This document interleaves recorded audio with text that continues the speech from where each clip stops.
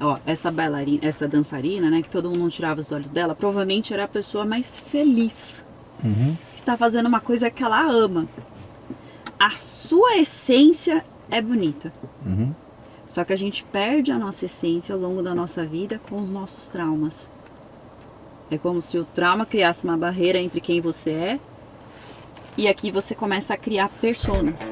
Todo mundo que consegue encontrar a sua essência fica naturalmente bonito. Muito bem, mais um Leadercast. Eu sempre começo contando como é que o meu convidado ou convidada veio parar aqui. No caso, foi uma indicação. Eu estava trabalhando, entrou um WhatsApp de um amigo comum, Claudinei. Luciano, eu tenho uma dica para você. Me deu uma dica, me deu um link. Eu entrei, dei uma olhada, falei, pô, quero convidar com essa moça, quero conversar com essa moça. Eu mandei uma mensagem para ela, foi engraçado porque eu mandei o WhatsApp, sou Luciano, não sei o quê, pô, queria gravar com você. Que dia? Eu falei, tem dia 1º de maio, mas é feriado. Ela, pô, feriado é comigo mesmo, adoro trabalhar. Falei, bom, eu também, pronto, estamos aqui os dois. Só tem 3 perguntas que são fundamentais, você não pode errar. Eu fazia uma piada antigamente que eu dizia o seguinte, uma das 3, como você é mulher, não precisa responder. Aí tomei tanta pancada, onde você leu? Então, as 3 são obrigatórias. Depois você pode chutar à vontade. As 3 você vai focado nela, tá? Seu nome, a sua idade e o que você faz. Perfeito. Meu nome é Adriana Oliveira, tenho 43 anos e eu sou consultora de imagem, atuo hoje no digital apenas. Consultora de imagem? Consultora de imagem. Então vai ser interessante essa, vai ser boa esse papo aqui. Nasceu onde? Eu nasci em São Bernardo do Campo. No Grande ABC ali? Grande ABC. Tá. E tem irmãos? Tenho. Eu tenho um irmão 6 anos mais velho e uma irmã 6 anos mais nova. Então eu tô exatamente Caramba, no meio. seus pais capricharam. Sim. 666, né? Mas tinha mais um que faleceu e era 5 anos mais velho que eu. Faleceu há uns 10 ou 14 anos atrás. Puxa vida. Seu pai e sua mãe faziam o quê? Bom, meu pai era torneiro mecânico. Lá numa montadora? Sim. Lá, trabalhou em várias empresas, inclusive na Mercedes-Benz, que era na Paulicéia, né, onde eu nasci. E minha mãe era do lar. Tá. Ficava em casa cuidando dos filhos. Tá. Como é que o seu era apelido quando você era criancinha? Devia ser Dri, né? Como é que era? Apelido? É. Nossa. Olha, tem muita gente que me chama Dri, Adri, Drica, mas na escola eu tinha muitos apelidos bullying. Então, assim, quando você fala em apelido, eu me lembro dos apelidos da minha época de escola. Terríveis. Já morreu. Já morreu porque era magrinho? O que era? Já morreu por conta da olheira. Porque eu tenho olheira, então eu não usava maquiagem quando criança, né? Então, nossa, mas eram muitos apelidos, assim. Eu era aquela criança que era pegada pra Cristo na escola, pra ser zoada praticamente todos os anos. É mesmo? Até que eu comecei a sentar no fundão, passar cola pros meninos que me zoavam, e aí acabou. Você virou na turminha. Né? Era o jeito pra eu poder me proteger, senão... Caramba, cara. Então, como é que era? Já morreu? Já morreu. Esse é um dos melhores apelidos que chegou aqui. Já morreu. Eu vou no Dri, então, que é mais Pode simpático, ser. Tá? O que a Dri queria ser quando crescesse? Nossa. Quando eu era criança, eu dizia que eu queria ser química, mas eu não faço a menor ideia. Por quê? Então, por que isso? Química. Não sei nem te dizer o motivo. Foi estudar para isso? Mas... Não, nunca cheguei a estudar para isso.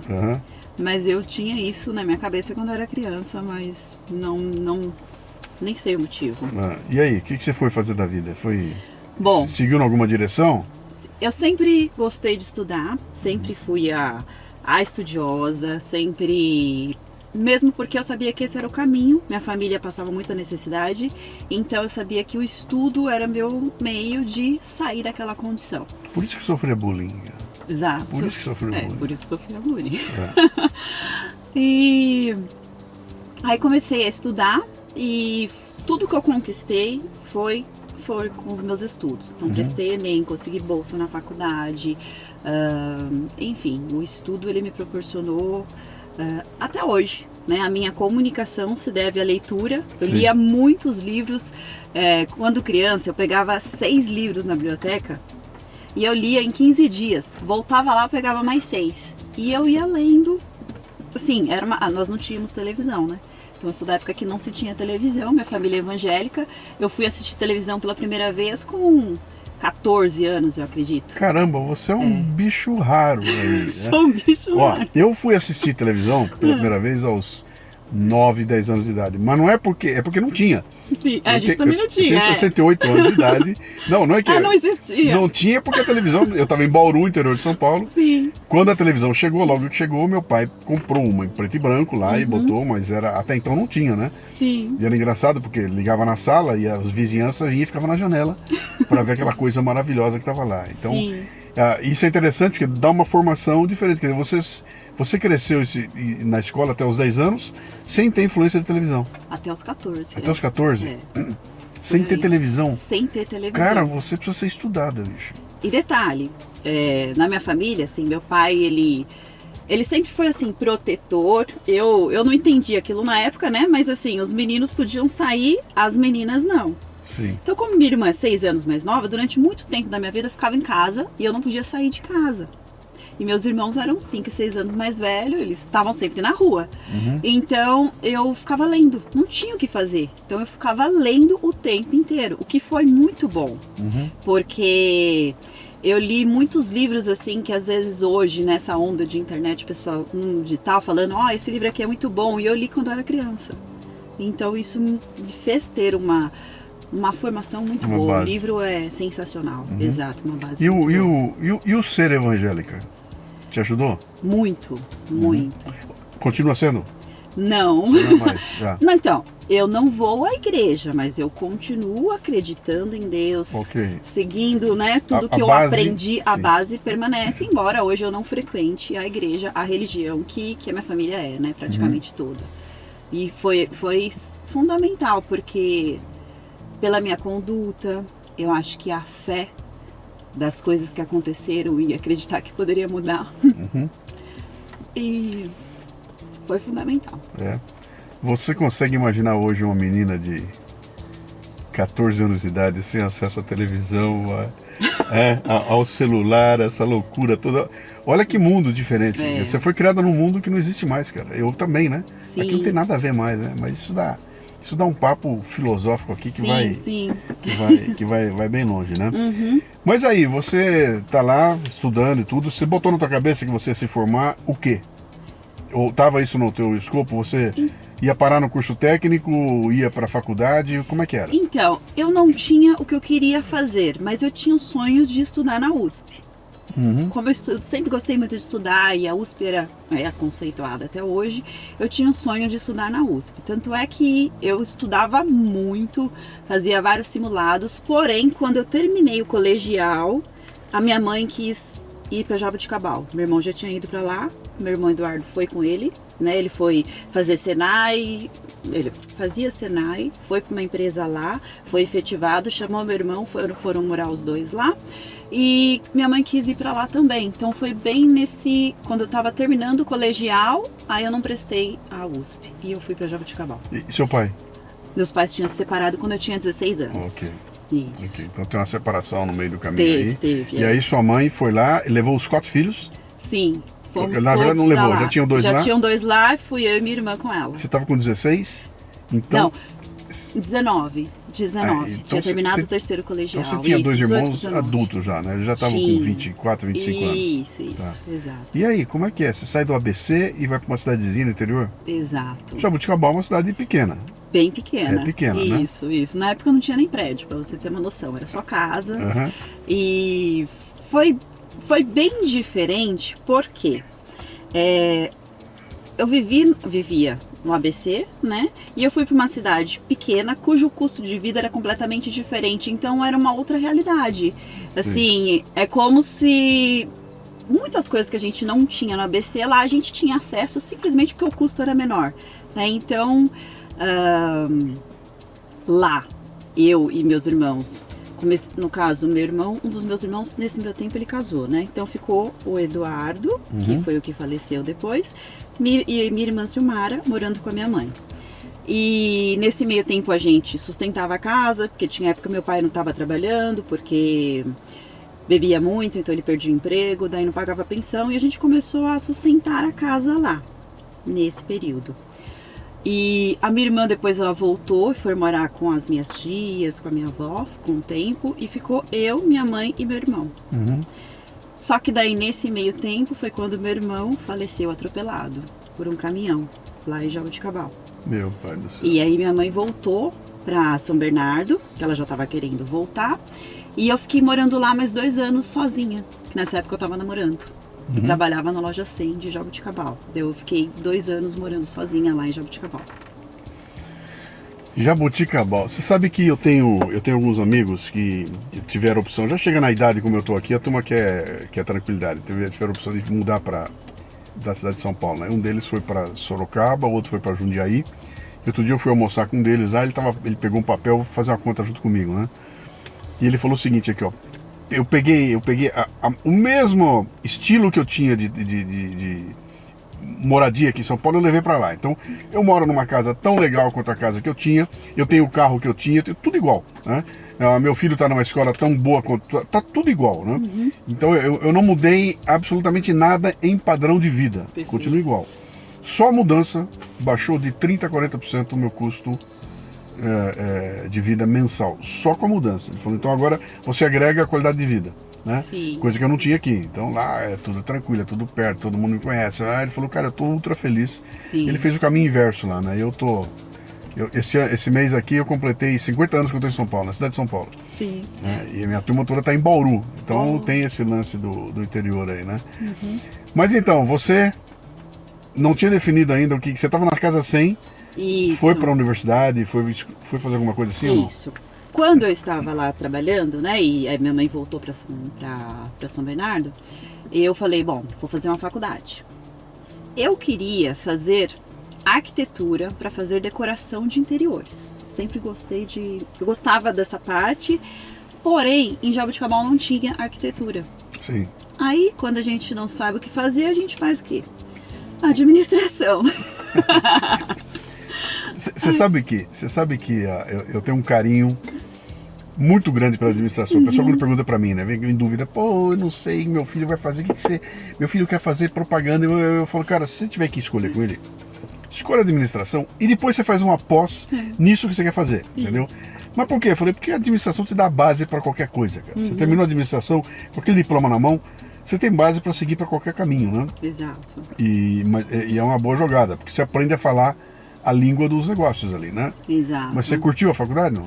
Eu gostei muito e foi exatamente o que eu fiz na sequência. Depois eu fui fazer pós em gestão estratégica de negócios. Porque uma coisa que eu sempre soube que eu queria ser era empreendedora.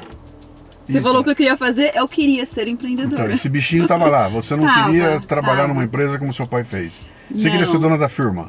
Eu queria, sabe por quê? Porque com 13 anos o meu irmão entrou na Amway. A Amway é uma empresa de marketing de rede. Sim. E eu sempre segui muitos passos do meu irmão Fernando. Meu irmão Fernando, ele era assim, doidinho. Aquela pessoa corajosa que fazia as coisas e aprontava. Ele gostava muito de ler também, então eu vi o que ele estava lendo e eu ficava lendo em casa quando ele ia para o Senai e para a escola. E comecei a ouvir as fitas da Amway que ele ouvia. E numa dessas fitas eu falei, caramba, que coisa incrível, era de uma convenção da Amway. Só que esse cara falava, eu falava assim, nossa, como isso traz esperança para as pessoas. Então eu falei assim, um dia eu quero falar para milhares de pessoas, eu quero ter o meu próprio negócio, eu quero mudar a vida das pessoas, com 13 anos. 13. Tá. E aí depois segui minha vida, entretanto, eu tinha várias questões, eu falava assim, eu jamais vou vender. Eu era extremamente tímida. Eu falava, eu nunca vou ser vendedora, eu tenho vergonha.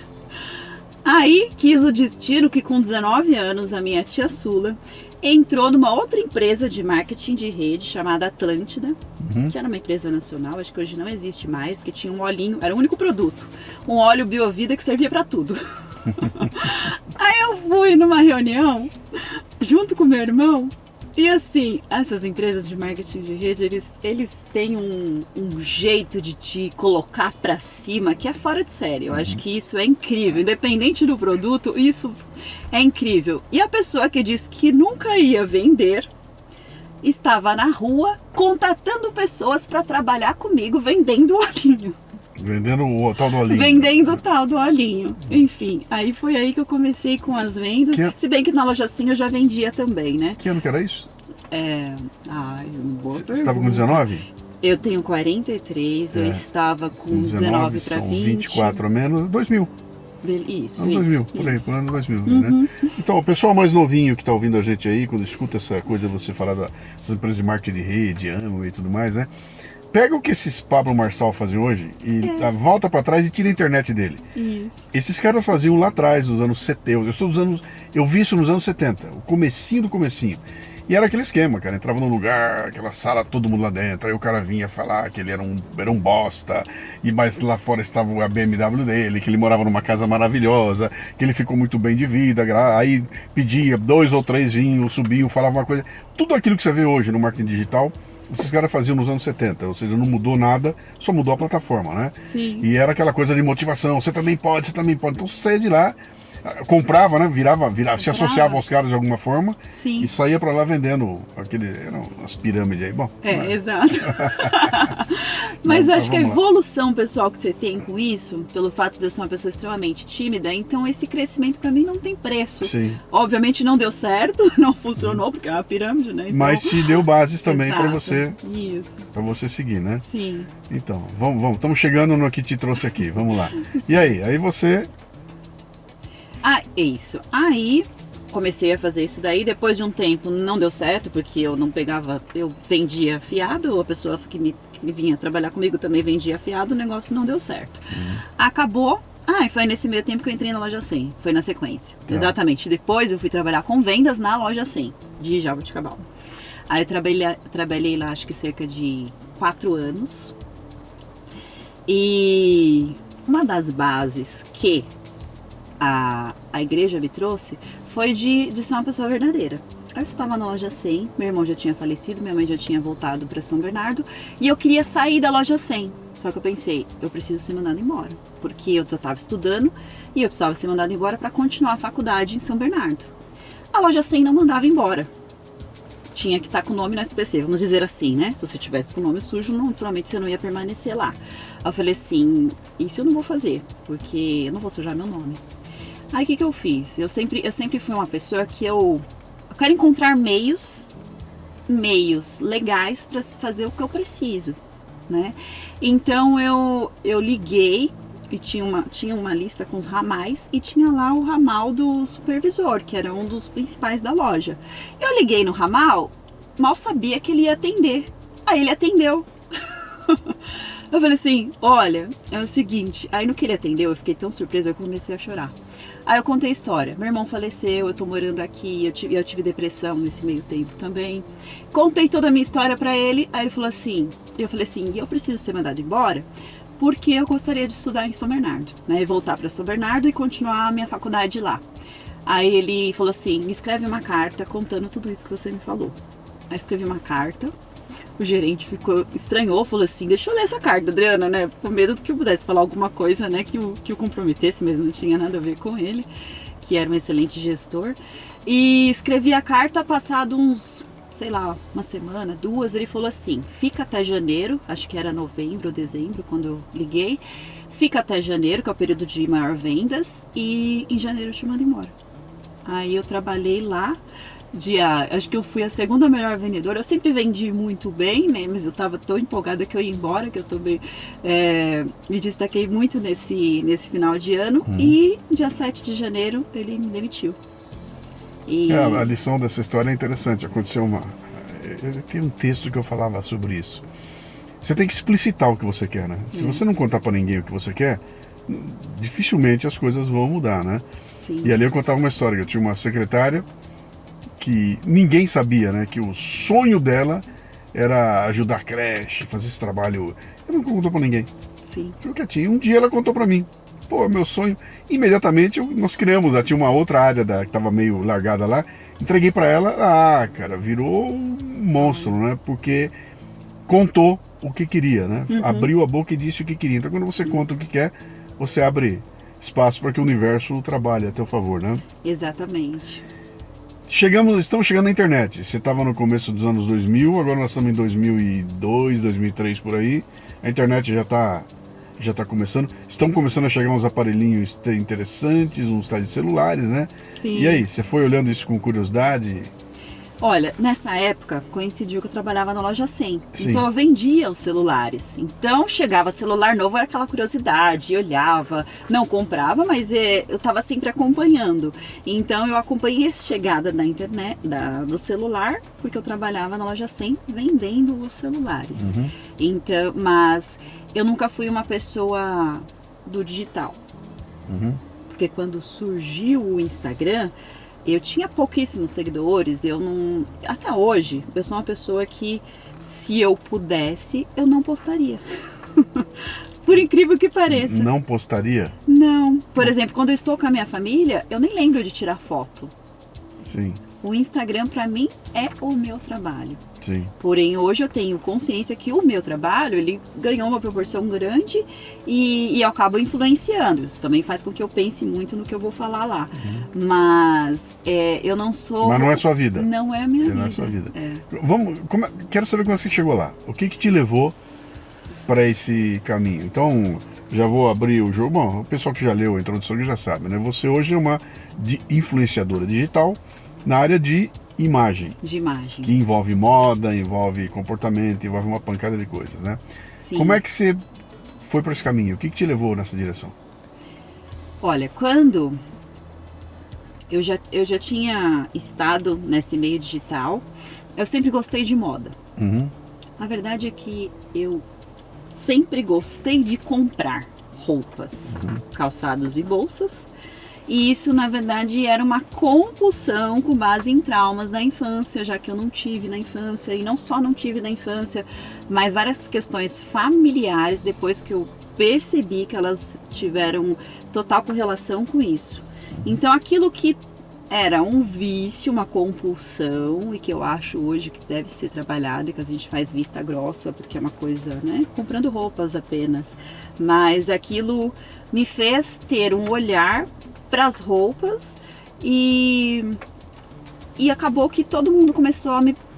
Antes de trabalhar com isso, as pessoas já me perguntavam: Adriana, onde é que você comprou isso? Nossa, isso aqui é legal, e já me pediu indicações. Na loja 100 já era assim? Não, porque lá era uniforme. Ok. Lá era uniforme, então todo mundo estava igual. Isso. Quando eu comecei a trabalhar, aí, né, começaram a me vestir com as roupas que eu gostava e começaram a pedir as indicações. Quer dizer, já morreu? Já morreu, já mudou de patamar ali. Já tinha mudado de patamar há um bom tempo. Quando eu comecei a trabalhar, eu precisava, né? Acabar com essa imagem. Pra mim mesma, né? Porque ninguém me conhecia mais como isso. E o que aconteceu? Eu me casei e eu queria empreender, né? Sempre com essa ideia de empreender. Falei assim, vou vender roupas online. Aí criei um Instagram para isso. Porém, o vender roupas envolve uma série de coisas que eu não gostava de fazer. Eu nem gosto de tirar foto. Se eu pudesse, eu não postaria, né? Então eu tinha que tirar as fotos pra roupa, tinha que passar a roupa, tinha que fazer uma série de coisas. Eu falei assim, não, isso aqui não brilha meus olhos. Eu gosto da moda, mas eu não gosto de todo esse preparatório para as roupas. Então também não deu certo, desisti disso daí. Aí passou um tempo, eu me mudei para Votorantim, interior de São Paulo. Nesse meio tempo eu trabalhava no Itaú. Trabalhei quase 9 anos no Itaú, na área financeira. Aí eu tava morando em Votorantim e ia até a Conceição, né? Eu sei que ficava ali o centro empresarial do Itaú. Eu ia de ônibus, aí ficava 5 horas no ônibus todos os dias. Era insano, eu tenho vertigem, então toda vez que eu andava de ônibus eu ficava com tontura. E eu falei assim, não dá pra ficar nessa vida. Então eu fiquei cerca de 3 meses, fiz um acordo com o banco pra eles me mandarem embora e saí. Aí quando eu saí, tava numa cidade que eu não conhecia ninguém, falei, eu sempre saí de uma empresa para entrar em outra. Eu sempre me dediquei muito ao meu trabalho, então eu era uma pessoa que eu fizesse, eu me destacava, independente do que eu estivesse trabalhando. E nesse período que eu saí do Itaú, eu falei assim, bom, agora eu vou ficar um tempo comigo mesma e já que eu saí, eu vou montar o meu negócio. Aí fiquei pensando, mas o que eu vou fazer? Aí eu pensava, isso daqui não. pensando, até que um dia, conversando com a minha ex-cunhada, ela falou assim: Adriana, eu tenho uma amiga que ela sempre se vestiu muito bem, mas ela fez alguma coisa relacionada à cor que depois que ela fez isso mudou alguma coisa nela. Ela tá mais viva. Aí eu fui pesquisar, porque eu já tinha pensado em fazer consultoria, que eu sempre lidei com pessoas nas áreas que eu trabalhei. Eu sempre gostei de explicar as coisas, de atender, enfim, eu sempre tive facilidade de me comunicar com as pessoas. Eu falei assim, vou fazer consultoria de moda. Aí quando ela falou isso, eu fui pesquisar e vi que tinha coloração pessoal, que é você entender quais são as cores que harmonizam com a sua pele. Que é a febre, né, do momento. E interfere em tudo, cor de cabelo, maquiagem, cor de roupa, cor de unha, tudo. Quando eu vi essa coloração pessoal, eu me encantei, porque eu amo cores. Eu sempre gostei de cor, mas não usava na roupa, mas eu gostava. Aí eu fiz isso e falei assim, é isso que eu quero fazer pra minha vida. Aí fiz os cursos, fiz as formações, comecei os atendimentos. Formações onde? Internet? O que você fez? Não, fiz a maior parte aqui em São Paulo. Aí eu fiz a coloração pessoal no Estúdio Imagine, que fica, acho que no... Não lembro o bairro, acho que é Jardins. E no Estúdio Imagine, aí depois eu fiz com a Ilana Berenholk, que é a identidade visual, a pessoa entender as mensagens da roupa, do que você está usando, a linha do anel, o óculos, o formato, tudo comunica, né? A gente pensar no cinema, o que é? É uma estratégia de comunicação visual. Então a gente já faz essa leitura. O vilão, o que ele está usando? Ele está usando linhas retas, cores escuras. E tudo isso a gente vai codificando de forma automática. Então isso está na nossa mente. A gente só não decifra porque a gente não tem o conhecimento da consultoria de imagem. Fui fazendo as formações e comecei a fazer os atendimentos. Estava morando em Votorantim. Nisso começou a pandemia. Só que eu já comecei os atendimentos. Antes da pandemia, deixa eu explorar você mais um pouquinho ali, né? Então, quer dizer, não havia você não foi numa escola e tirou um diploma, um certificado não sou formada em moda. Designer de moda, você não fez nada disso? Nada disso. Que seria o tradicional, né? Que seria o tradicional. Você fez uma formação paralela, né? Exatamente, cursos de formações específicas. Ontem eu vi um post do meu amigo Dado Schneider, fazendo uma palestra, acho que na Bet Educar aqui. Ele contando a história de um garoto, ele estava conversando com um amigo dele na empresa, tá? E mostrou um garoto de 26 anos lá. Falou, sabe o que esse garoto fez, cara? Ele prestou o vestibular e entrou numa escola ultra prestigiosa e escolheu o curso mais fácil de engenharia que tinha lá. Passou, entrou, pegou o diploma dele, e aí, em vez de ele fazer o curso de engenharia, ele abriu o escopo dele, puxou 3 matérias de áreas diferentes. Então ele foi lá no curso de comunicação, pegou 3, não é matéria que chama, 3 créditos, né, de comunicação, pegou 3 aqui na hora de línguas, montou uma carteira para ele, cursou aquilo 3 ou 4 anos, achou que estava pronto e foi embora, sem certificado, ele não se formou. Não. Mas na verdade, ele criou para ele ele se preparou e saiu, e o cara falou, esse garoto é o melhor vendedor que nós temos na empresa, é o melhor cara da empresa, baseado numa formação que ele fez, onde não tinha como foco ter um certificado na mão, ele tinha como foco se preparar, né? E é uma coisa mais ou menos, não nessa linha, mas você fez uma coisa parecida, quer dizer, eu vou me preparar fora do ambiente da universidade, e ter ou não ter um certificado na mão, para mim é irrelevante, né? Eu quero ter o conhecimento, né? Isso. E gerar transformação, né? Então, mas quando é que você acha que... Quando é que você bate o olho e fala, estou pronta para... Porque tem uma coisa aí, que isso me dá até um frio na barriga, tá? Sim. Que é o seguinte, alguém vai me pagar por uma promessa que eu fiz para essa pessoa. Se eu não estiver preparado para entregar essa promessa, eu morro, cara. Eu para abrir uma live, é um sofrimento, cara. Porque, ontem o pessoal da agência, cara, grava um vídeo aí sobre a camisa vermelha da seleção. Eu falei, cara... Se não for para falar alguma coisa que ninguém tá falando, eu não vou fazer vídeo, cara. Não, tá todo mundo falando assim, mas eu sou mais um, eu vou lá para me queixar igual todo mundo tá queixando. Ou tem um viés que ninguém deu.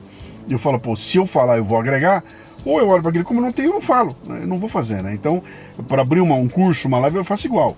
Ou tenho algo para entregar, e para mim, eu me convenci de que eu tenho, ou eu não vou abrir a boca, né?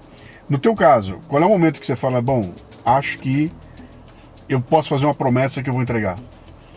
Então, muita execução. Até que eu me sinta também segura de que eu posso entregar. Por exemplo, comecei com a coloração pessoal. A coloração pessoal você tem que olhar e você tem que fazer essa análise com tecidos e entender qual que está ficando melhor na pessoa. Eu tenho uma família gigante, cerca de 80 pessoas. O que eu fiz? Me formei, fui lá, gente, vocês querem descobrir sua paleta de cores? Eu vou fazer em vocês. Só que eu quero filmar vocês, quero tirar foto. Você usou vou a tua fazer de graça, como... exatamente, como cobaia, né? Boa. Vou fazer de graça, posso errar, não tô cobrando nada, Sim, né? E sim. eu tô ganhando o quê? Experiência. Sim. E aí comecei a fazer. Fiz tanto nas mulheres quanto nos homens e fui fazendo. Até que chegou o momento que eu falei assim, já sei. E eu também vou buscando formas de eliminar o risco de erro. Então, por exemplo, eu comprei uma base quente e uma base fria. Então, eu ia fazendo validação. Eu não consegui com tecido, mas eu uso uma base aqui, eu consigo identificar na pessoa. E aí eu fui fazendo isso. As né? pessoas foram notando a diferença? Elas foram Sim. entendendo o valor? Sim. Falaram, cara, você me deu um... Você Foram. conseguiu ver a mudança acontecendo, então? Sim, a mudança da coloração é uma das mais visíveis. E eu acho que o mundo tá perdendo as cores. Tá cinza, né? Mas claro que tá. Então. Eu vi essa semana, eu vi um mês atrás um trabalho, cara, como é que eu não guardei aquilo, cara? Era um gráfico maravilhoso sobre cores de automóveis. E era um gráfico que eles colocaram as cores e fizeram um gráfico ao longo do tempo mostrando como é que foi desenvolvendo. Então, você vê uma coisa ultra colorida virando preto, cinza e branco. Chegar num momento aqui agora que é tudo preto, cinza e branco. Então, um carro colorido está desaparecendo. E se você traz para o teu dia a dia, Sim. cara, os prédios estão assim. Sim. Ficou tudo... As casas estão assim, né? Você entrava na casa da avó, tinha cor de... Agora não tem mais, é tudo aquela coisa elegante. O mundo está perdendo cores. Exatamente o que você falou. A elegância foi dito que a elegância não tem cor, né? Pois é. Mas e quem disse que se não há cor, não há vida? Também não tem alegria, porque a pessoa vai... A gente precisa da cor. Sim. Tanto é que um dos meus cursos, que eu gosto também de ir contra o fluxo, né? Foi produção de looks com cor e elegância. Que foi um dos meus cursos que explodiram. Eu falei assim, dá pra ter cor e elegância também. Então, a cor, e quando as pessoas se deparam com a cor, não tem como, porque você muda o seu estado. Sim. Então não é, eu achei bonito, eu vou usar. Você sente tão bem que você fala, não tem como você não usar. Mas pra isso você precisa vestir. E aí é que está o desafio, né? A pessoa vestir aquilo. Então quando você traz a cartela de cores, é como se você estivesse dando um aval pra pessoa voltar a usar a cor. Por isso que a coloração é uma coisa que transforma. As pessoas falam, essas cores aqui são da minha paleta, então eu vou comprar e vou usar porque vai ficar bem em mim. E a paleta é com a pele. É a pele da pessoa, é isso? Isso. É só a pele? É a pele, a cor dos olhos também, o cabelo, o contraste entre cabelo e pele. Então, a paleta envolve tudo isso, né? Que é como se eu estivesse pegando uma cartela de cores que seriam... É um reflexo da cor que a pessoa já tem na pele dela. Nos olhos, na pele. Isso é matemática? Isso é matemática? Eu acredito que seja. Eu sou muito boa em lógica. Eu acho que é por isso que eu me dei tão bem na coloração. Isso porque eu tô imaginando que se eu pegar dois caras parecidos, sim, provavelmente é a mesma cor. Porque tem coisa que você vai lidar e fala, não, isso não é matemática, cara. Isso aqui tem uma coisa. Se a pessoa tem uma energia tal que nela o vermelho assenta. O outro do lado dele que é muito parecido, com a energia que ele tem, o vermelho não cabe. Eu tô imaginando que deve ter alguma coisa assim também, né? Porque nós estamos falando de vibração. matemática que a gente tá falando cor de é vibração. Cor é vibração. Vibração, né? Isso. Sabe o que é interessante? Por exemplo, cor é vibração. Só que também é o jeito da pessoa. Por exemplo, uma vez eu fui fazer um atendimento e essa minha cliente, ela tinha uma paleta de outono suave. As características do outono suave são cores suaves, é uma coisa... Sabe aquela coisa que não agride, aquela cor que não é vibrante, que não grita? Pra você ter uma ideia, eu tava atendendo ela, o cabelo dela não tinha brilho, então era um cabelo mais opaco, que é uma característica dessa paleta. Aí de repente tocou o celular dela, a música do celular dela era suave. Olha como tudo na pessoa tem essa vibração. Então, mas espera um pouquinho. Isso era uma paleta inconsciente dela. Ela não tinha trabalhado por essa... Isso era Não, inconsciente. já é dela. Era o jeito de ser dela. O jeito de ser determinou também a tinha a ver com paleta- as cores dela. Exato. Sim, que inconscientemente ela Isso. adotava aquela música, aquela postura. Isso. Tá. E aí você olhou aquilo. Isso. E aí comecei a fazer esses atendimentos e... Não, termina a história dessa mulher aí. Aí Então. você olha pra ela e fala, fulana, Essa paleta aqui? Isso. essa é a tua paleta. Exato. E é muito interessante porque quando a pessoa olha aquelas cores, ela fala, eu já tenho essas cores no meu armário. Sim, Normalmente, tá? sim. Às vezes acontece de não ter, mas daí a pessoa começa a testar e às vezes ela fala, caramba, eu nunca usei essa cor e eu gostei quando eu vesti, porque eu nunca tinha vestido. Então, mas eu tô interessado no teu argumento, na tua argumentação. Você vai chegar pra mim e falar, Luciano, olhei pra você, olhei aqui, vai lá, a tua paleta tá aqui. Por acaso eu tô de preto, tá? Certo.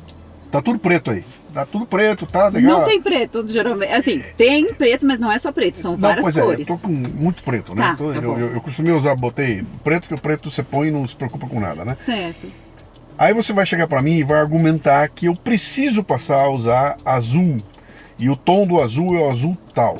Qual é o argumento que você vai usar pra eu sair do preto, que eu tô tão confortável com ele, e botar um azul aqui? Isso. Que argumento que é esse que você usa? Bom, primeiro, se você está confortável, você não vai me procurar, tá certo? Então só me procuraria quem queria usar as cores, né? A pessoa já vem com isso Já em mente. vem Eu com gostaria isso. de usar Isso, cores. tô sentindo falta de cor, eu só uso preto, percebo até que tem alterado o meu humor, as pessoas não se conectam comigo, porque o preto comunica. E às vezes as pessoas vêm e falam assim, nossa Adriana, tá acontecendo isso, isso e isso. Aí você olha as cores que ela tá usando e ela está comunicando aquilo, através da imagem dela, sem ela saber. Então, aí eu faço o teste com tecidos. Conforme eu faço o teste, tem um espelho diante dela e ela tá vendo que algumas cores deixam ela pálida, tem outras cores que deixam ela com um ar como se ela tivesse feito uma maquiagem leve. Então ela tá vendo aquilo também. E aí você vai fazendo esse teste por eliminatória, né, entendendo os tecidos, temperatura, intensidade, profundidade, as dimensões da cor. E aí você chega na paleta dela. E aí eu valido a maquiagem dela, a gente faz uma maquiagem usando as cores da paleta. Então ela vivencia aquela experiência com as cores. E daí depois ela começa ou já usar o que ela tem no armário ou comprar essas cores na paleta dela. Eu mostro pra ela. E aí a partir disso ela vai testar. E ela vai se ver e ela vai se sentir bem. Tá. Você não chegou no ponto de determinar que tipo de peça ela vai comprar. Não. Sabe? Você precisa comprar um casaco, tem que ser com ombro, não sei o que, o teu não. Você chegou nesse ponto ou não? Nós estamos nas cores ainda. Estamos em nas cores. ainda, Por né? enquanto são só as cores. Só isso já dá um baita impacto. Na minha opinião, o que mais impacta é a cor. É cor. É a cor. E uma coisa assim, no meu método de atendimento, e isso sempre foi meu, eu nunca digo para a pessoa o que ela deve fazer. Eu entendo o que ela gosta, eu faço sugestões e eu nunca gostei de fazer compra com a cliente. Por quê? A compra, na minha opinião, é a última etapa do processo. Você precisa primeiro aprender dentro do seu armário o que você gosta, quem você é, para depois comprar. E por que eu fazia isso também? Porque teve uma cliente minha não, uma outra consultora de imagem, amiga minha, que ela se formou com uma professora minha que, assim, ela era assim, é uma pessoa extremamente elegante, que sabe se posicionar, que tem uma imagem assim que a gente ficava olhando a professora, queria comprar tudo que ela estava usando, porque aquele era o estilo dela. E essa minha amiga, ela fez a consultoria com a minha professora. E ela falou assim, Adriana, eu não usei nenhum look que eu montei com a professora no dia da produção de looks. Por quê? Ela entendeu quem ela era e a partir daí ela anda sozinha. O processo de montar os looks fez ela compreender quem ela era. Quando você sabe quem você é, aí você consegue se vestir sem precisar do auxílio de outra pessoa. Para um ogro como eu, Foi complexo o que eu falei? você está falando uma coisa interessante. Você evidentemente, você já viu aquela história lá do Steve Jobs, né, que sempre andava com a mesma roupa, e foram perguntar para ele, ele falou, cara, eu não quero gastar tempo escolhendo roupa, então eu levanto de manhã, só tem aquela camiseta, aquele jeans e aquele tênis. Enfim, isso me libera para fazer outras coisas na vida, né? Então, Perfeito. de certa forma, e ele criou o estilo dele, aquele era ele. Isso, né? é o E a estilo gente dele. sabe que sempre será assim, ele nunca vai surpreender ninguém, porque ele sempre vai aparecer daquele jeito. E isso acho que vai meio contra o que você está dizendo, porque você está abrindo para mim uma proposta que é assim, eu vou me vestir do jeito que eu quero estar ao longo do dia. Eu posso ser acordado de mau humor, tudo, mas eu sei que se eu acordei de mau humor, se eu vestir preto, estou ajudando eu a manter o meu mau humor. Isso. Se eu botar um negócio florido, alguma coisa colorida e tudo mais, aquilo talvez, aquela vibração me ajude a melhorar o humor, né? O Jobs não se deu essa oportunidade. E você já viu o Steve Jobs de bom humor quando ele fazia algum vídeo? Não, mas eu não sei se ele é o jeitão do cara lá, né? Talvez ele tenha escolhido porque ele falou, é assim que eu quero ser e dane-se o mundo, né? Então ele abriu mão de toda essa como é que eu digo, todo esse arsenal que você está colocando para mim, ele abriu mão. Não quero saber disso aí, quero me preocupar com outras coisas lá, né? Sim. Teus clientes, evidentemente, são mulheres, a maioria absoluta, Isso, né? isso. Você tem clientes homens? Não faço atendimento como homens. Quando eu fazia os atendimentos presenciais, porque antes de ir pro digital, eu fiz muitos atendimentos presenciais. Então, se o casal quisesse fazer a coloração, aí eu fazia. Então, eu só atendia o homem se ele estivesse junto com a esposa. Mas você era o quê? Você tinha montado uma empresa, eu sozinha? Comigo mesma. Pessoas, eu presto consultoria. Isso. Você tá morando onde? Tava morando onde? Né? Nessa época eu morava em Votorantim. Então você em Votorantim anunciava no bairro? No Instagram. Tudo pelo Instagram. Já era Instagram naquela época. Já era Estou Instagram. em Votorantim e faço um atendimento. Isso. Evidentemente você não podia atender gente longe. Às vezes até ia pra São Paulo e tal, Tá, mas era assim, sempre geralmente presencial. era da região. Você tava Isso, presencial. tete a tete com a pessoa, Isso, né? O que é um problema, não te dá escala, você não consegue escalar e tudo mais, né? Exato. Tá. E aí, o lance do homem, o que aconteceu? Por que os homens saíram fora da... Você tomou a opção não atendo homem, ou o homem não busca? Então, homem busca se a pessoa tem um posicionamento para atender os homens. Okay. Agora, eu, sozinha, mulher, eu nunca achei seguro, né? Porque às Entendi. vezes não era seguro nem atender outra mulher, né? A gente não conhece a pessoa. Então você tá indo na casa de alguém porque é um atendimento que você vai até a pessoa. Sim. Ou às vezes a pessoa vinha até minha casa ou meu escritório, também poderia ser. Mas a pessoa que você conheceu na internet, né? Então, até por segurança, eu não queria atender os homens.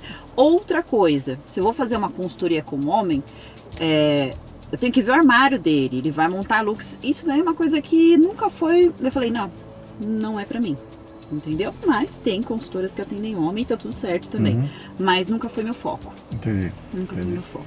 E aí você tá lá então em Votorantim, você tá no Instagram.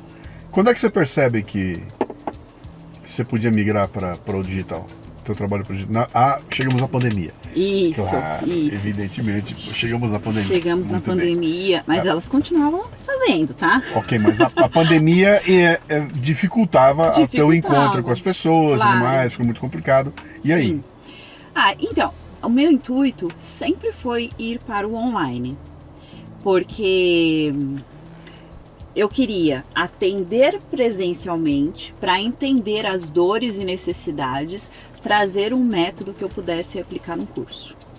Então eu precisava de bastante volume. Eu fazia muitos pacotes, um custo baixo, para atender muita gente, para reunir essas informações e depois lançar um curso. Então meu objetivo já era ir para o online, sempre foi.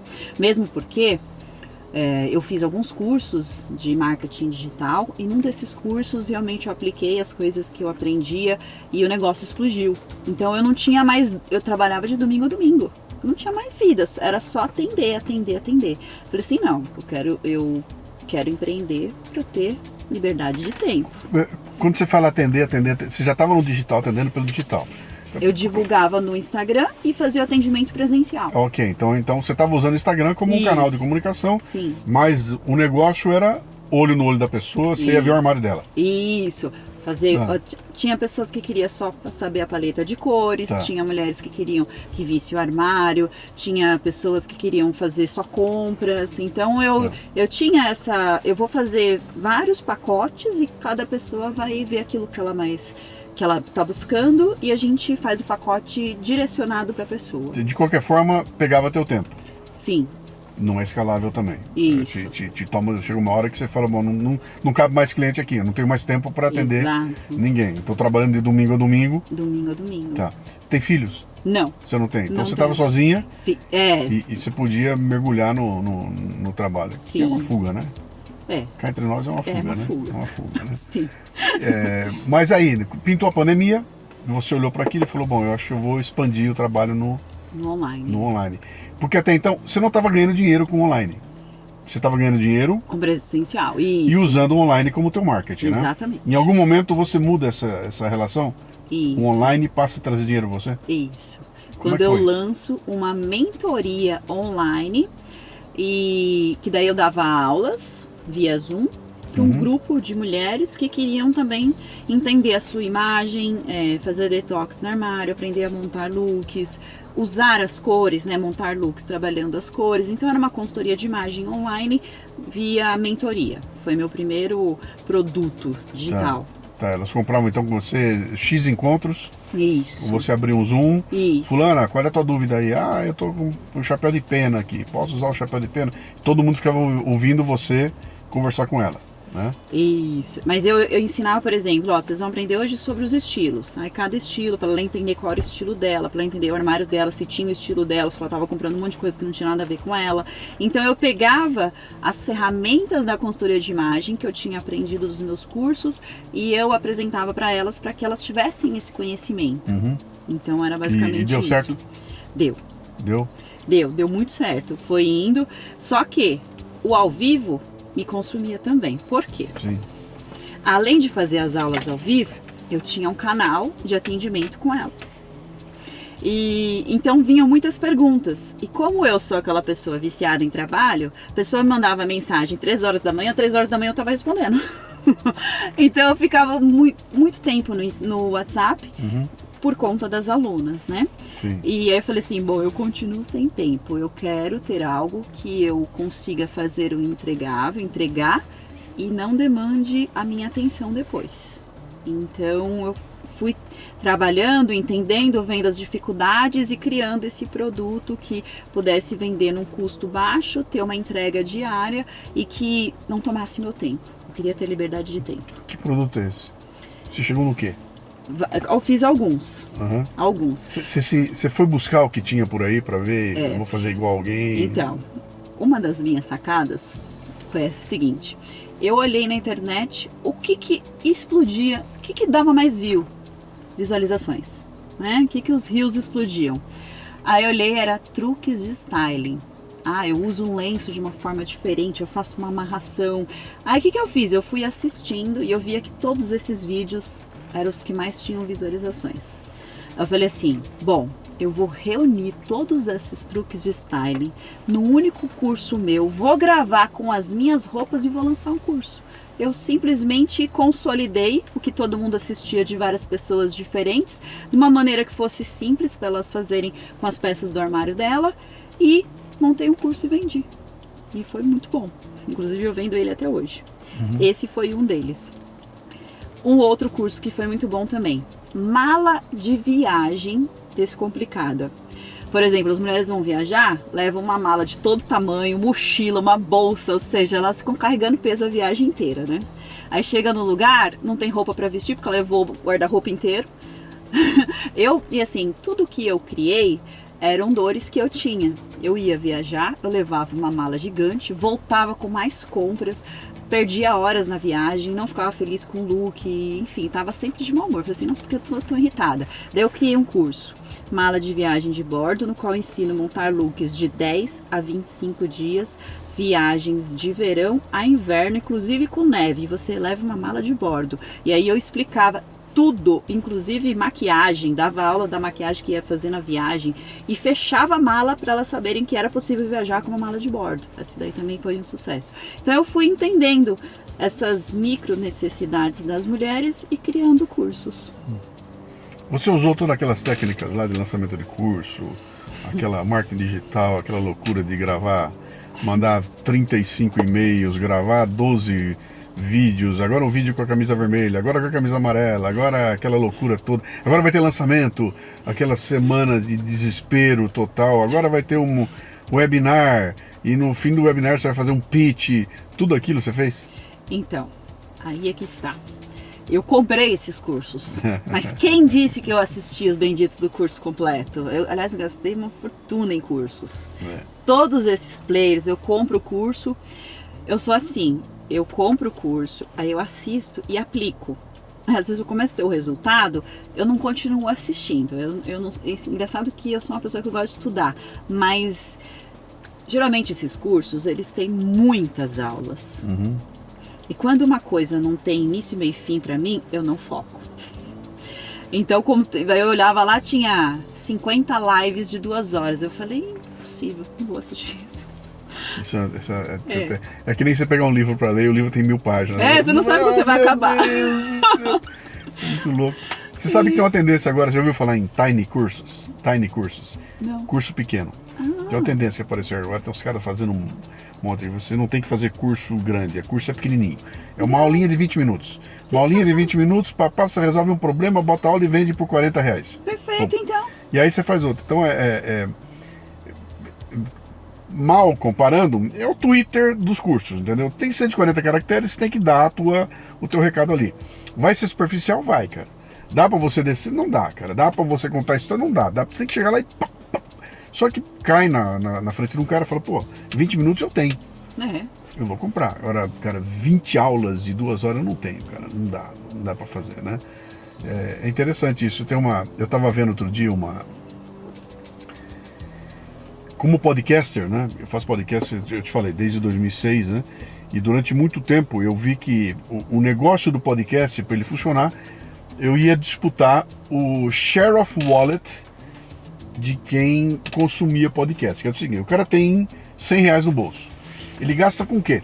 Então, R$100, ele dá 50 para Netflix, 20 para o Brasil Paralelo, 15 para não sei quanto. Chega uma hora, aquele dinheiro acaba e eu tenho que entrar lá e disputar um pedacinho da carteira dele. Então, eu queria que R$15 desses 100 viesse para mim.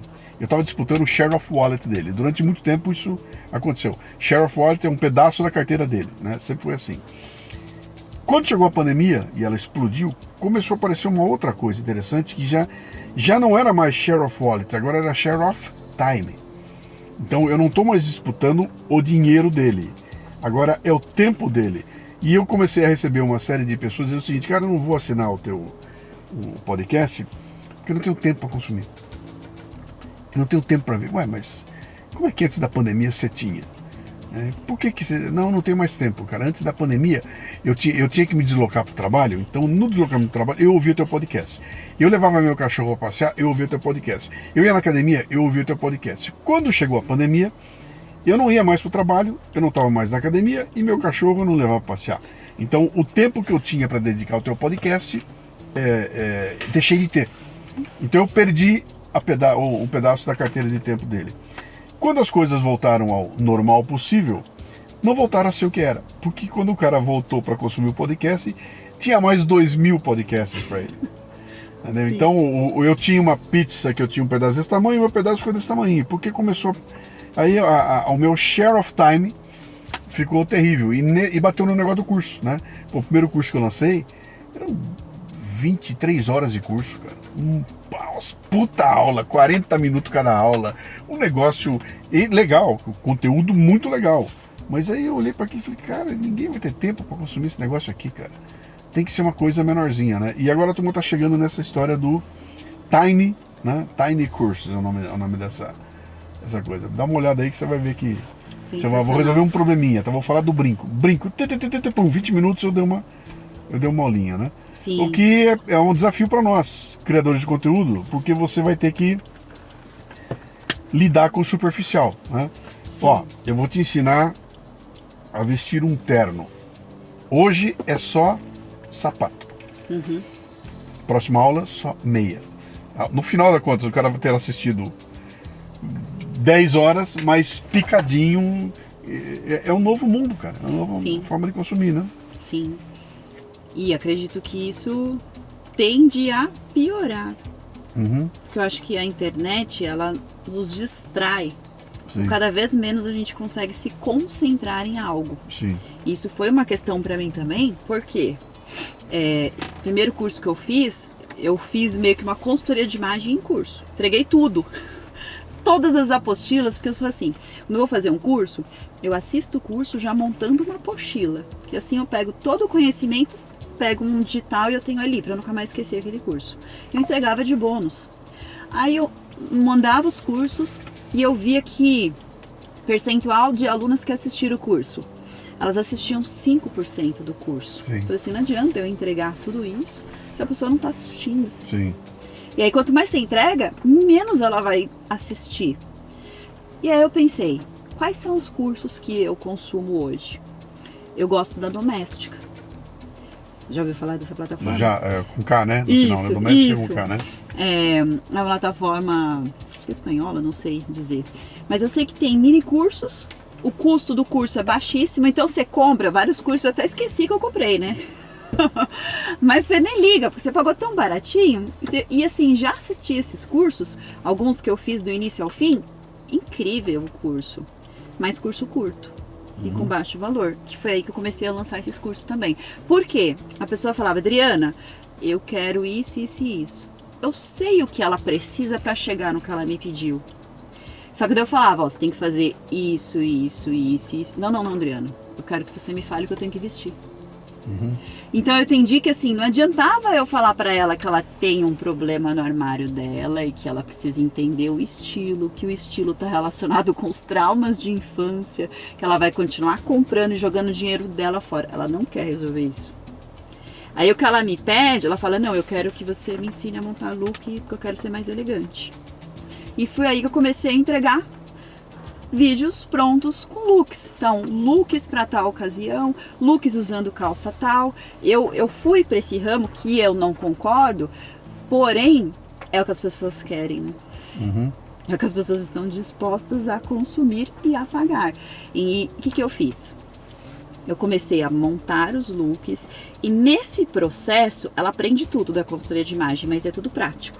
Sim. Então ela vai sentindo, nossa, eu amei esse look.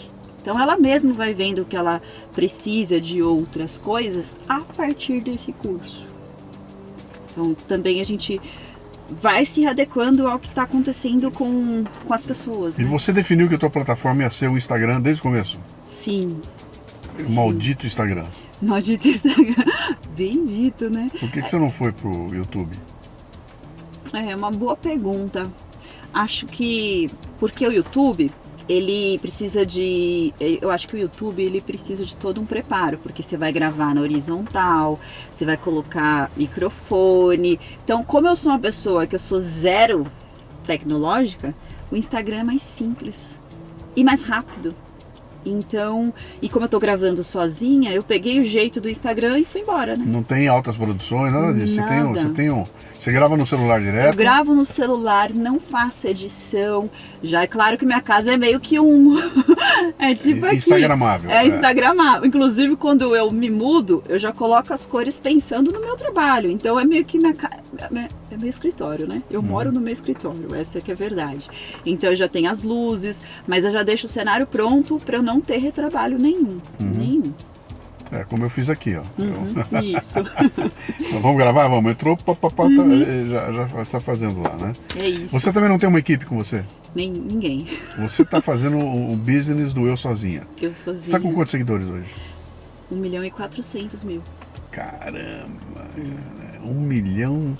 Como é que é? De Votorantim pro mundo? Pro mundo. Você está em Itu hoje? Itu. Você está em Itu. Isso. De Itu, 1.400.000 seguidores. Isso. Cara, que loucura. É. Você é procurado pelas marcas para fazer Sim. posts de marcas? Isso te abriu o caminho para parcerias? Como é que foi? Sim. Durante um tempo eu comecei a fazer as parcerias junto com os cursos, mas o que acontece? Eu via muita gente comprando, e daí a pessoa falava, Adriana, comprei isso aqui, Adriana, comprei isso aqui, Adriana. E assim, tava indo contra o que eu acredito. Porque quando eu comecei a atuar como consultora de imagem, eu comecei a perceber esse excesso de compras. E eu percebi em mim, mas eu também percebi em todas as mulheres que eu atendi presencial. Sempre tinha excesso, sempre tinha coisa que a pessoa comprou em duplicidade que ela não vai dar conta de usar. E aquilo começou a me incomodar, né? Esse excesso. Por que a gente tem tanta coisa que a gente não usa? Pensando num guarda-roupa. Você usa quantos por cento do seu armário hoje? Eu mudei agora. Tô mudando, tá? De um Sim. apartamento que eu morava grande para um apartamento menorzinho. Sim. E na mudança, meu Deus do céu. O que eu dei de caixas de coisas, já me livrei, né? Sim. E você olha e fala, cara, não faz sentido, né? Tem camiseta que tá aqui parada, dobrada há 5 anos sem uso, né? Isso. E por que a gente faz isso? Não sei. Então, é a cultura, né? É. Uma cultura tem da gente comprar. Uma pressão, né? Que Isso. compre, né? Isso. Só que isso nos faz mal. Você não se sente bem quando você reduz? Sim. Tem um lance aí que tem uma tendência aí para você ter uma vida mais simples, né? Para simplificar as coisas, né? Sim. Vamos chegar no Steve Jobs de novo. Exato. Fazer a coisa mais simplificada, né? Exato. Mas então, isso te incomodava? Porque Me incomodava você via... porque eu divulgava, eu via que elas estavam comprando compulsivamente, isso era uma dor minha, eu sei que isso é um trauma, eu sabia que ela estava jogando o dinheiro dela fora, e eu falava, eu não acredito mais nesse formato, né? E aí eu comecei a fazer detox, e mostrar os meus detox. Né? Detox é eu desapegar das minhas coisas, ó, isso aqui não tô usando, tá saindo por essa razão, isso aqui tá indo embora. E eu comecei no armário e eu terminei na casa. Nessa minha última mudança, eu já fiz mudança de 5 caminhões, daqueles pequenininhos. 5. A minha última mudança tinha meio caminhão. Então assim, foi tão rápido, foi tão leve, eu deixo na minha casa hoje só o que eu uso. E detalhe, eu fui trocando, porque às vezes eu comprava excessos de coisas que eu nem gostava. Aí eu falei assim, não, eu vou comprar o melhor, que eu goste, e vai permanecer só o que eu uso. Então, você tem que exercer aí um desapego. Tem um lance de desapego que é uma coisa complicada, né? Vou te contar um lance dessa... Por que você acha que é complicado? Então, porque tem laços. Eu vou te contar o que aconteceu comigo aqui agora. O meu hobby durante séculos é o home theater. Então, cara, quando nem existia home theater, eu já tinha o meu, né? E eu compulsivamente comprava primeiro discos, os discões, depois CD, depois DVD, depois Blu-ray e o Laserdisc e os aparelhos, que foi uma coisa maluca. Eu fui comprando e fui acumulando aquilo, né? Em algum momento eu me desfiz, quando mudou a tecnologia, por exemplo, não tinha mais sentido eu ter os discos de vinil. Eu dei aquilo tudo lá e mudei a tecnologia. Mas eram mudanças causadas pela mudança tecnológica, né? Bom, hoje em dia temos Spotify e tudo mais, então não tem mais sentido você ter um CD, ou ter um DVD, ou ter um Blu-ray. E eu tenho uma coleção gigantesca. Fui mudar agora, falei, bom, lá vou eu, né? Baixei, tirei tudo, botei numas caixas e falei, agora eu vou me livrar disso aqui tudo. Só que aí é o seguinte, cara, você pega um CD na mão, que eu não escuto esse CD há 8 anos, mas, cara, esse CD eu trouxe de Nova York, cara. Pra encontrar, foi um pandemônio, bicho. Eu tenho uma conexão emocional com ele, cara, esse eu não posso dar. Então, cara, esse aqui eu ganhei de um amigo meu, foi o primeiro CD, esse eu também não posso dar. Então, eu me livrei de 80% do que eu tinha. Foram 4 caixas grandes de CD e tudo mais. Sobraram 2, com um monte de CD. Ou seja, eu consegui, com dor, porque chegou uma hora eu falei, não vou olhar, porque se eu olhar, eu não vou... Não quero nem pensar no que foi embora, entendeu? Mas mantive. Aí depois eu estava pensando nisso. Falei, cara, se eu já tomei a decisão de me livrar disso, por que eu não me livro de uma vez, né?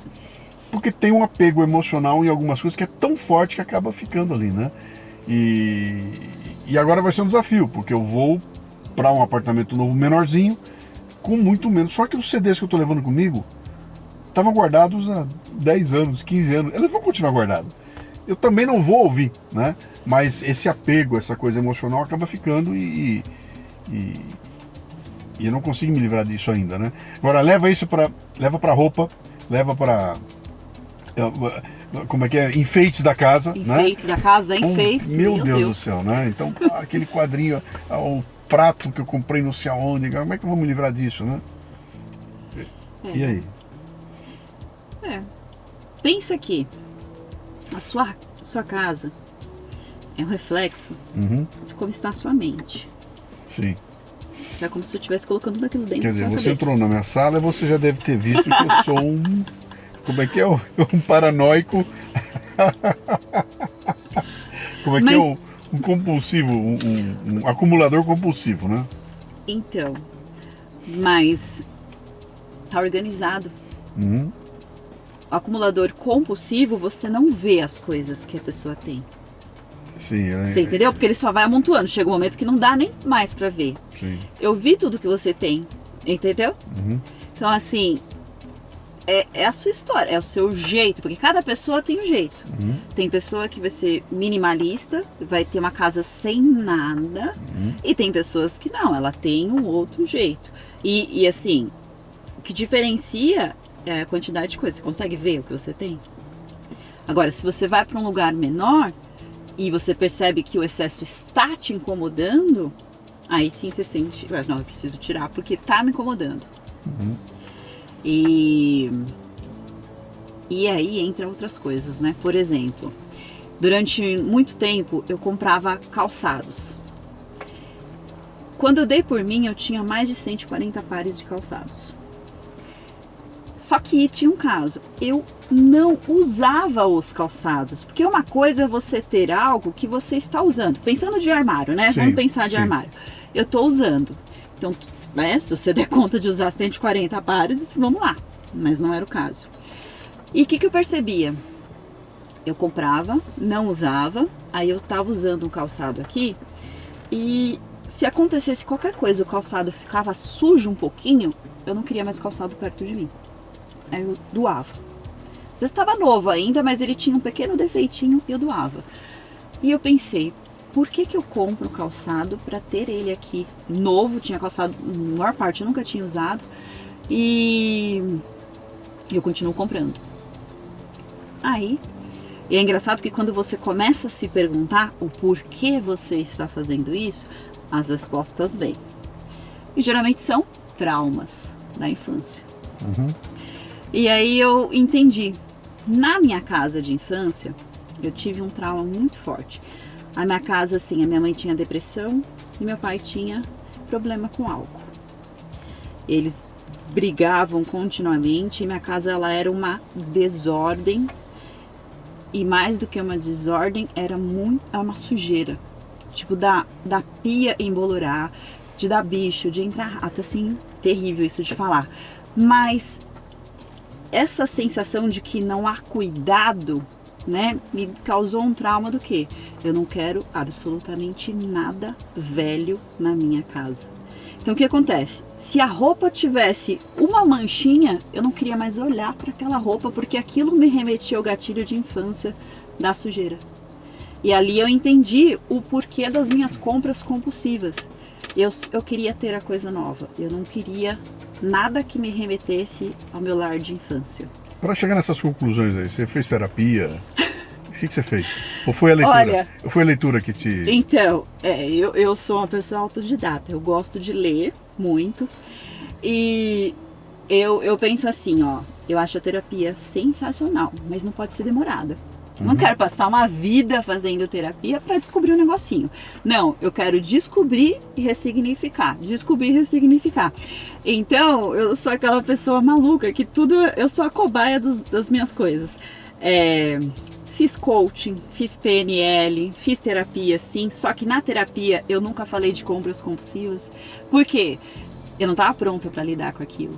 Então, na terapia, uma vez eu fiz acho que 1 ano e pouco de terapia. Chegou um momento que ela falou assim, Briana, tudo que você me trouxe aqui, a gente já trabalhou, eu entendo que você não precisa mais. Tem mais algum ponto para você trazer? Eu sabia das compras compulsivas, mas eu nunca falei para ela. Por quê? Não queria mexer naquilo. Então aquilo, a consultoria de imagem foi me trazendo tudo à tona. Porque uma vez, mas só concluindo o que eu falei, eu fui fazendo coach, PNL, constelação familiar. Já fiz um curso que tinha regressão, que eu nem sabia que tinha regressão. E assim, ouço muito podcast de pessoas que estudam traumas. Então eu comecei a estudar para me curar. E minha terapia é tudo que tem sobre o tema, eu estudo aquilo.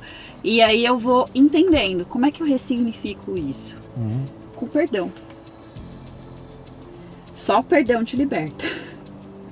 Então, isso foi uma coisa que eu tenho exercido. A partir da minha separação, muita coisa veio à tona. Pra você ter uma ideia, eu gravei um curso chamado Armário Gourmet, logo que eu me separei. Nesse curso, eu trouxe um exercício de uma das minhas formações, que é você entender os seus valores. E ali naquele curso, eu falei assim, deixa eu entender quais são os meus valores base. Quando eu fiz aquele exercício, e aí eu linkei com a roupa, que eu gosto de fazer essas coisas que você pega uma coisa que não tem nada a ver com outra aqui e junta as duas para ver o que sai, né? E ali, quando eu entendi os meus valores, eu falei assim, não tinha nem por que eu ter me casado, porque os meus valores eram totalmente incompatíveis com o do meu ex-marido. A gente nunca ia se dar bem porque a gente tinha valores diferentes. Então, o valor dele feria outro meu e vice-versa. Então, fiz um curso, inclusive, com isso daí.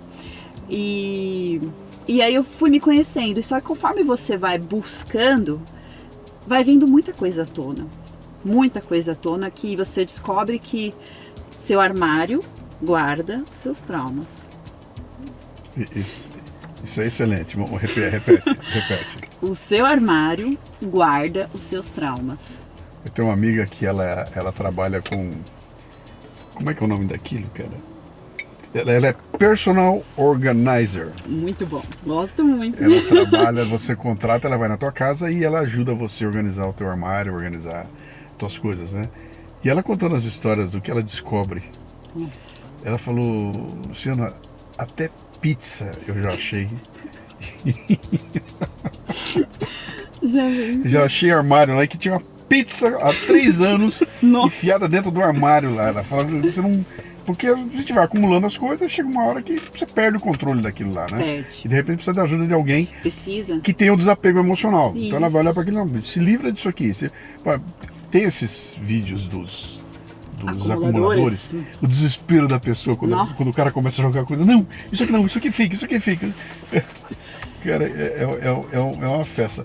Mas é interessante essa, o seu armário guarda seus traumas. Seus traumas. Cara, uma vez eu tentei fazer terapia uma vez, e eu me lembro que no primeiro encontro a terapeuta falou isso pra mim, falou, tá aqui o teu armário, você vai chegar em casa, vai abrir teu armário e livre-se de coisas, e quando você se livrar dessas coisas, você vai abrir espaço na tua vida. Eu, mas meu armário, cara, o que tem a ver uma coisa com a outra? No fim, acho que tem uma certa conexão aí, né? A forma como você lida com o seu armário, você vai ver que você repete isso nas outras áreas da sua vida. É o mesmo padrão, você está repetindo. Só que a gente não percebe, né? Ou porque a gente não está preparado para ver, ou a gente não quer encarar, né? Ou a gente está no automático e nem percebeu. Por exemplo, conforme eu fui evoluindo na consultoria de imagem, eu fui tendo consciência de cada uma das ferramentas, eu achava que eu tinha um estilo.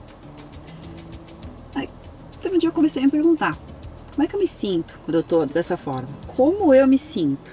Porque a gente também deixa de sentir por conta dos traumas. E quando eu comecei a prestar atenção, eu vi que eu não gostava das coisas que eu usava. Eu usava porque eu precisava me proteger, na minha mente, de coisas que eram traumas de infância. Eu acreditei uma época da minha vida que eu tinha autismo. Por quê? Eu não conseguia olhar as pessoas nos olhos. E aí um dia eu fui fazer um curso com a minha irmã. Era um curso de PNL. Aí teve um exercício que a gente tinha que ficar uma de frente para a outra, como a gente está aqui, e ficava um tempo se olhando. Aí o professor veio, depois que terminou o exercício, e falou assim, você percebeu que você não consegue olhar nos olhos nem da sua irmã? Aí eu nem tinha me tocado. Mas eu já percebia que eu me sentia desconfortável de olhar nos olhos das pessoas. Quando ele falou isso, eu falei assim, não tinha porquê. Eu não conseguia olhar nos olhos da minha irmã. E aquilo ficou na minha mente, mas passou, mas ficou na minha mente. Aí eu comecei a ver coisas na internet, né, sobre o autismo. Eu falei assim, e olhar, não conseguia olhar nos olhos é uma das características do autismo. Vi um especialista lá na internet e marquei uma consulta online com ele. Aí ele me fez um monte de perguntas e assim, tirando essa parte do olhar nos olhos, várias outras coisas eu não tinha. Ele falou assim, Adriana, você não tem autismo, pode ficar tranquila. Aí eu falei, por que eu não consigo olhar nos olhos das pessoas? Quando eu fiz esse exercício dos valores, eu reduzi 50% do meu armário de partida. Reduzi, eu falei, isso aqui não me representa. Tirei. No dia seguinte, ou na mesma semana, eu tinha que ir na feira. Eu falei assim, caramba, eu não tenho roupa pra ir na feira. Porque a feira era um lugar que eu usava uma roupa pra me esconder. Olha só. Aí eu tive que pegar uma roupa, vamos dizer assim, boa, para ir à feira. Quando eu coloquei aquela roupa, eu olhei, comecei a olhar para as pessoas, nos olhos.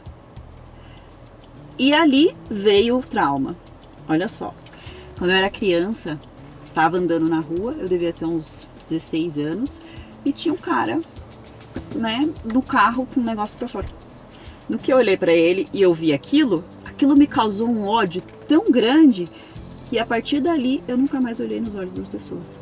Só que isso interferia na minha roupa. Que idade você tinha? 16 para 17 anos.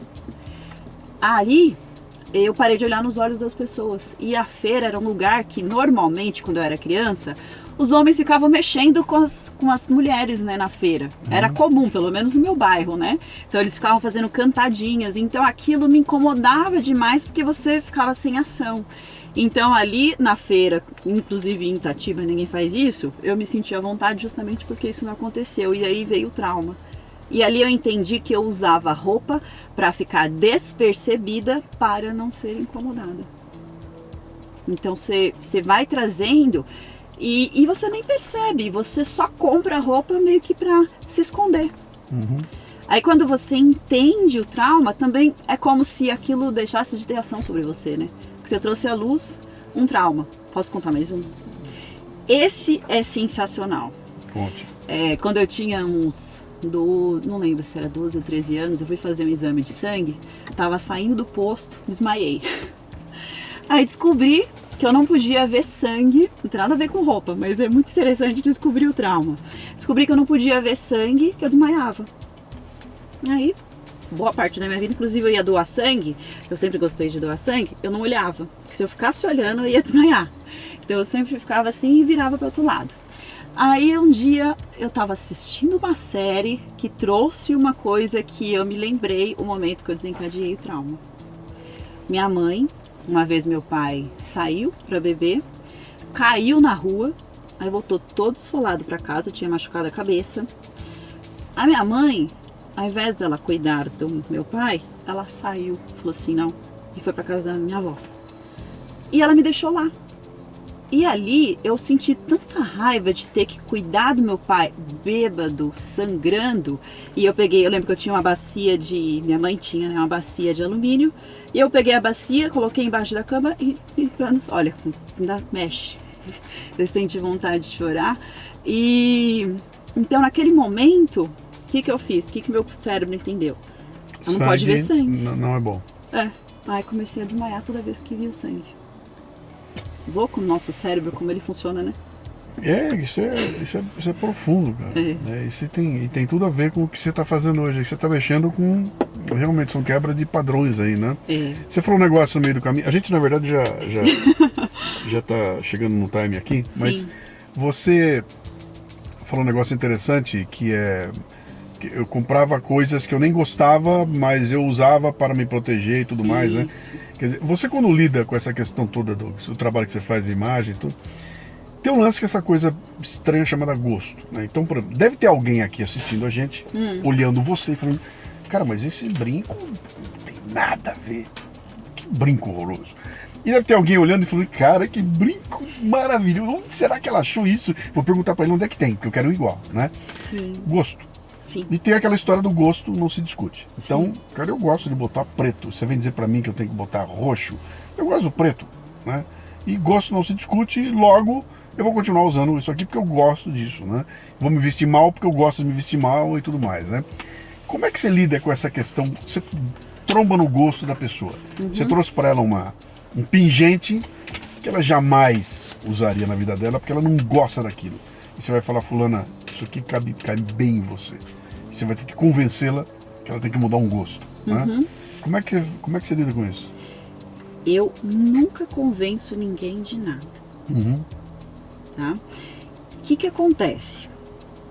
Há uma diferença entre gosto e o seu estilo de essência.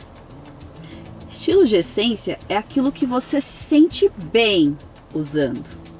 Então, uma coisa é você falar assim, ó, eu gosto de roupa preta. Quando você se olha no espelho, você se sente bem usando preto? Você vai lá, escolhe a camisa preta e fala, essa daqui é maravilhosa porque tem isso, isso, isso, tem história. Você se sente bem, você vê que sua postura muda? Se você se sente bem, é seu estilo de essência. Então não há o que mudar.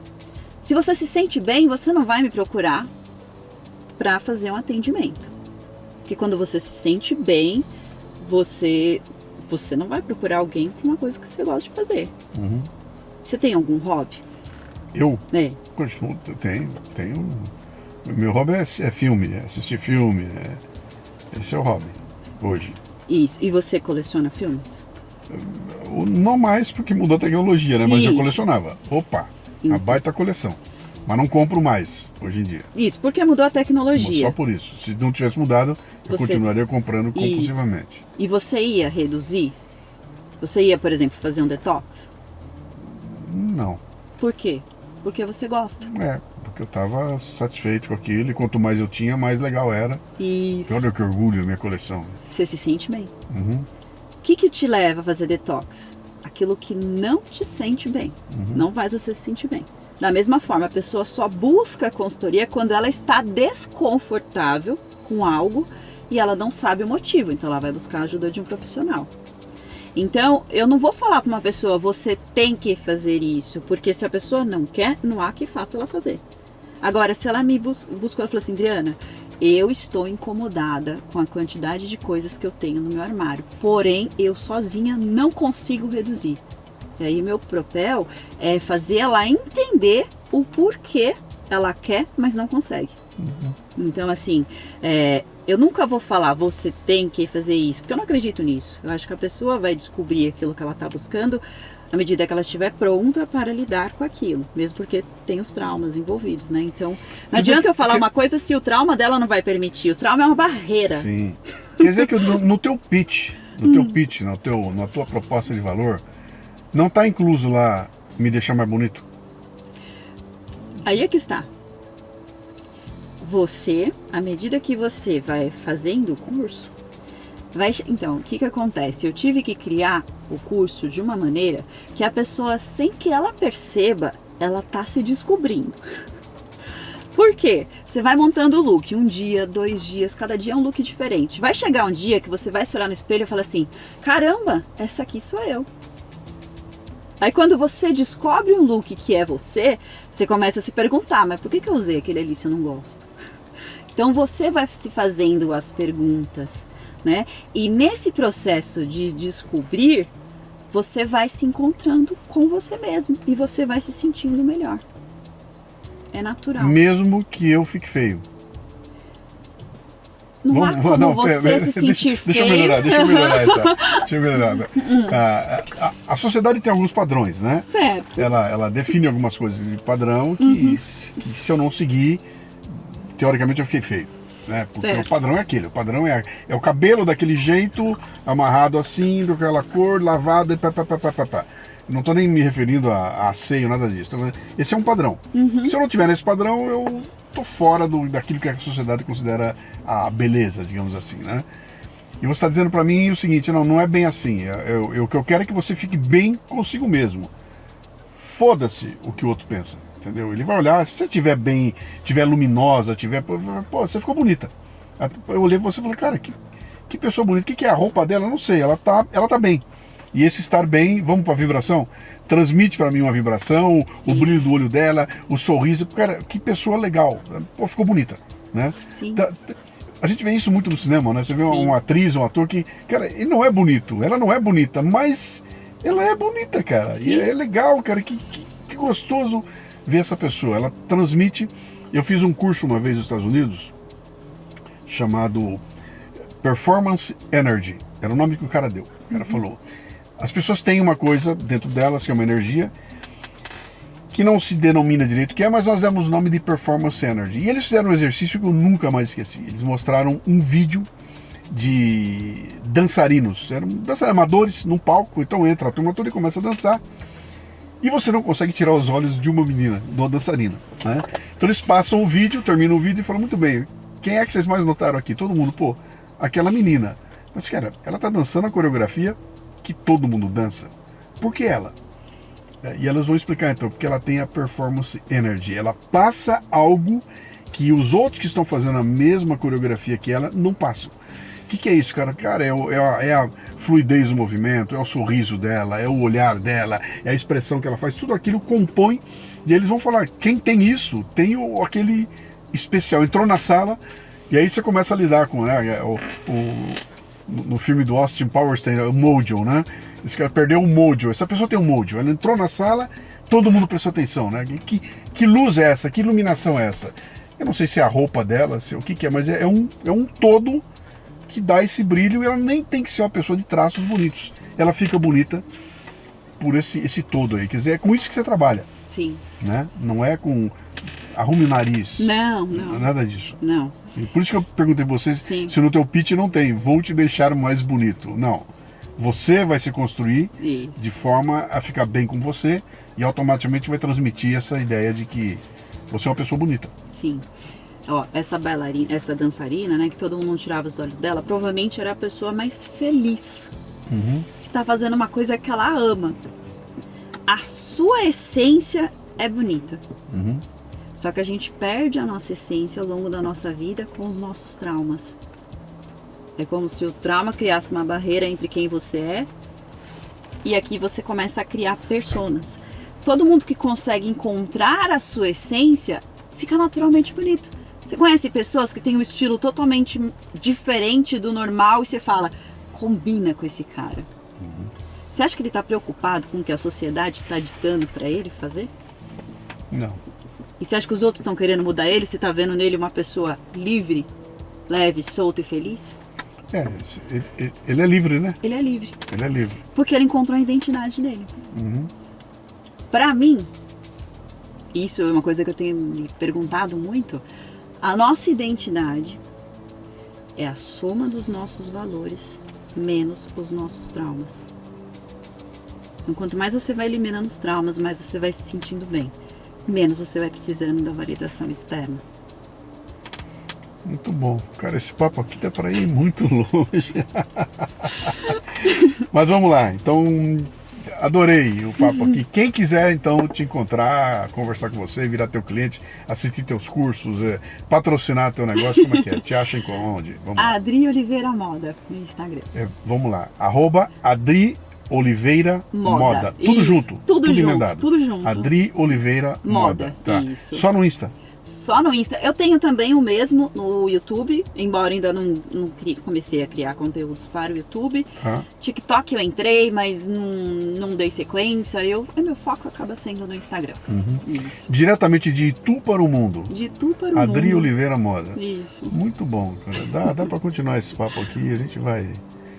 Parabéns. Muito obrabada. Muito legal. Obrigada Parabéns pelo convite. Não, imagina, parabéns Claudinei, muito obrigada. Opa! Parabéns pela...